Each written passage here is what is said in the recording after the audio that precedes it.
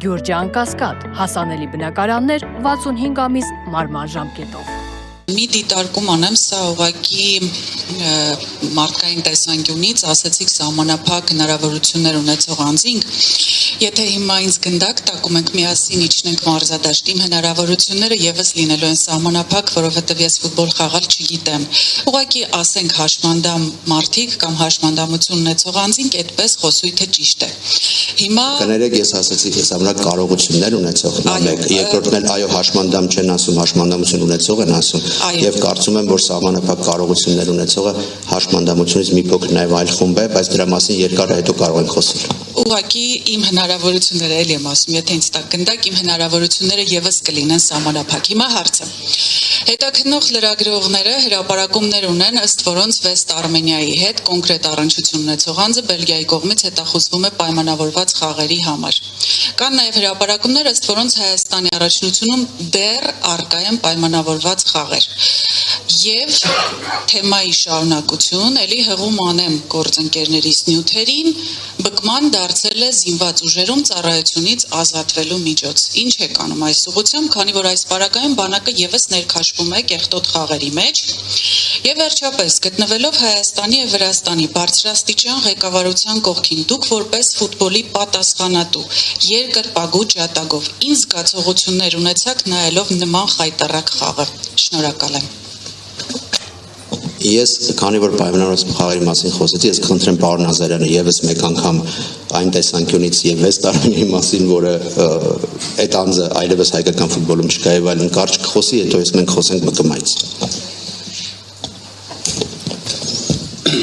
Վեստ Արմենիայի հարցի մասով այդ հետաքննությունը, որը հիշատակեցիք եւ հոդվածը, ես ծանոթ եմ այդ հոդվածին, բավական վաղուց էր այդ հոդվածը հրապարակվել, առնվազն երևի 1 տարի առաջ, եթե չեմ սխալվում, դրանից հետո Վեստ Արմենիայում բավական մեծ փոփոխություններ են եղել։ Ես նախ չեմ տիրապետում հոդվածի ճշգրտությանը եւ ինչքանով են այդ փաստերը իրականությանը համապատասխանում, չեմ էլ կարող տիրապետել, բայց կարող եմ հստակ ասել, որ 2024-25 մրցաշրջանից անմիջապես առաջ Վեստ Արմենիայի սեփականատերը փոխվել է, լրիվ այլ խումբ սեփականատերեր են այսօր տնօրինում ակումբը, ու ձեր նշած հոդվածի հետ իրենք ոչ մի կապ չունեն։ Հիմա անդրադառնալով ԲԿՄ-ին խնդրում եմ կցիտեք այդ, որ դուք ասիք մեր գործընկերները ասում են որ, ինչ են ասում, ինչի մասին։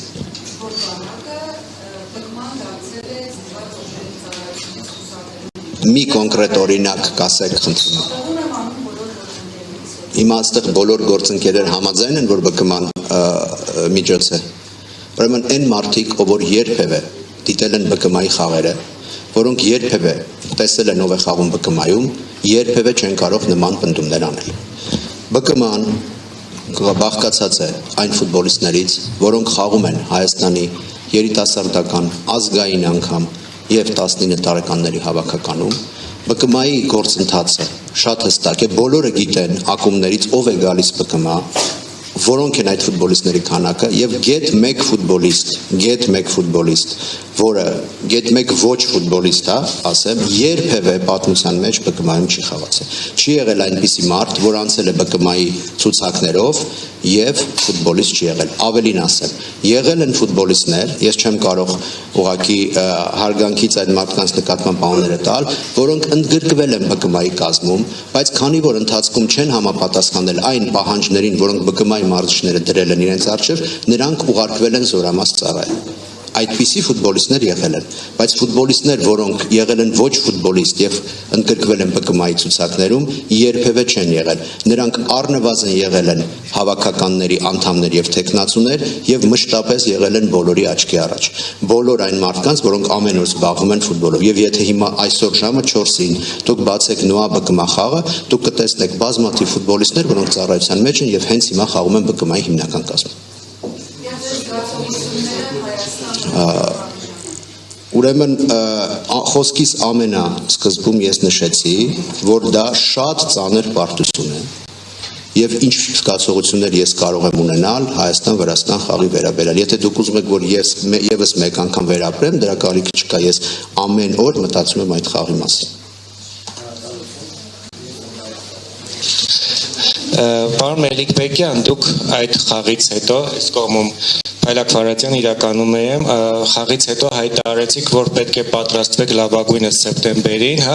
ինչ եք անելու, ինչ ռազմավարություն ու մարտավարություն է փոխվելու եւ նաեւ Հայաստանի հավաքականի գլխավոր մարշչի որ տեխնացուների հետ եք դուք բանակցել, ում եք ցանկացել առաջինը տեսնել եւ վերջում կանգ է առել նոր այս մարզիչի վերաշնորհակալություն։ Առաջին եւ վերջին տեխնացուներ չեն եղել, որովհետեւ մենք բանակցում ենք տարբեր տեխնացուների հետ